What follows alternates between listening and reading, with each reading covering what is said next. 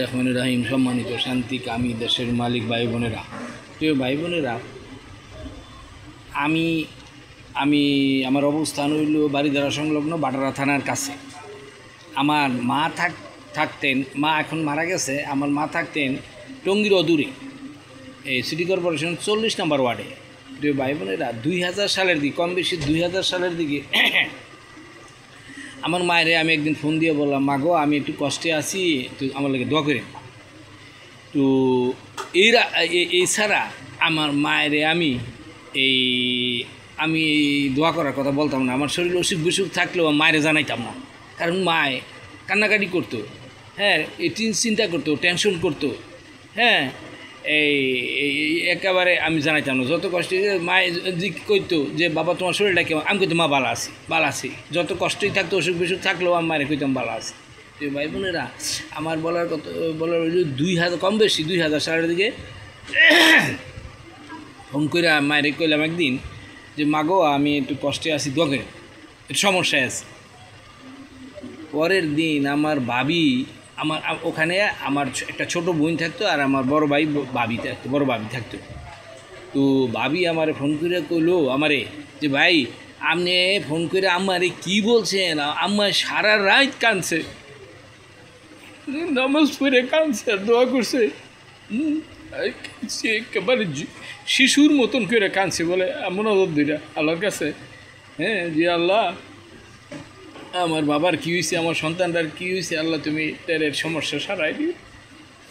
এরকম বলে সারা রাত কাছে ঘুমায় নেই, কাঁদছে। পরের দিন ভাবি আমার ফোন দিয়ে কইলো যে ভাই, এই ঘটনা আপনি আমারে কী কইছেন, কেন এরকম রাত বড়া কান্দলো? এরপর থেকে আমি আর কোনো দিন আমার যত অসুখ বিসুখ, যত সমস্যা, হ্যাঁ, যত পারিবারিক সামাজিক যত সমস্যা আছে, আমি আর মায়েরে আমি আর সমস্যার কথা শোনাইতাম। আমি কইতাম মা ভালো, কোনো অসুবিধা নেই মা, ভালো। আর মায় খালি গুনগুনি আমি জিজ্ঞাসা, বাবা তোমার শরীরটা কেমন, খালি আমার শরীর স্বাস্থ্যটা কেমন, এটা বেশি জিজ্ঞাইতো।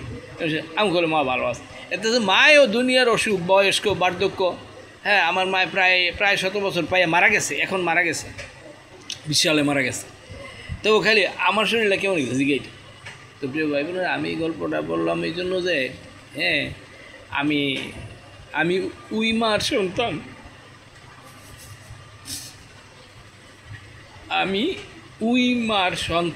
হ্যাঁ, আমি এই যে ঢাকা 11, 17, 18 আসনে দাঁড়াইছি, আমি আপনাকে সম্পদ চুরি বাটপারি লুটপাট করার জন্য দাঁড়াই নেই।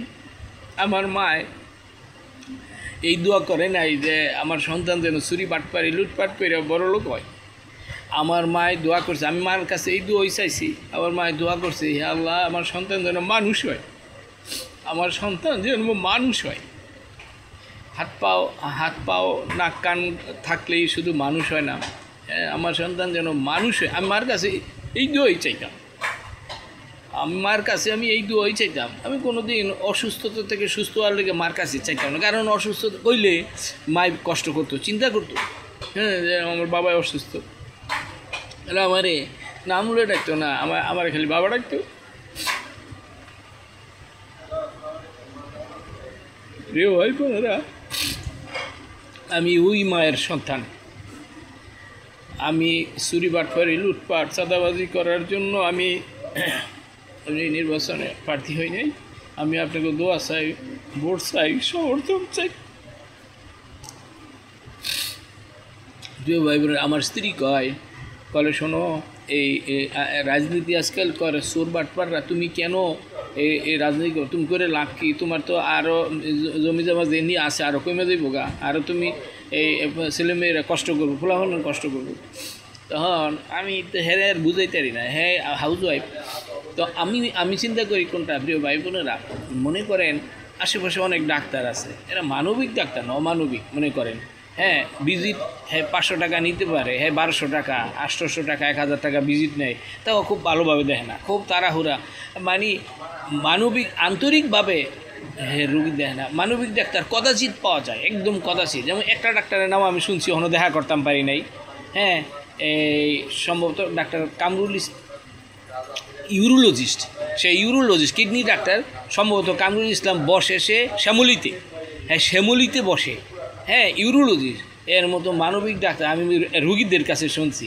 তো আমি চিন্তা করলাম যে যেখানে এই এই মানবিক ডাক্তারদের প্রতি মানুষের কষ্ট, হ্যাঁ, দুঃখ, হ্যাঁ, মানুষের অসহায় যাইব কই, হ্যাঁ, মানুষ আশা করে মানবিক ডাক্তার।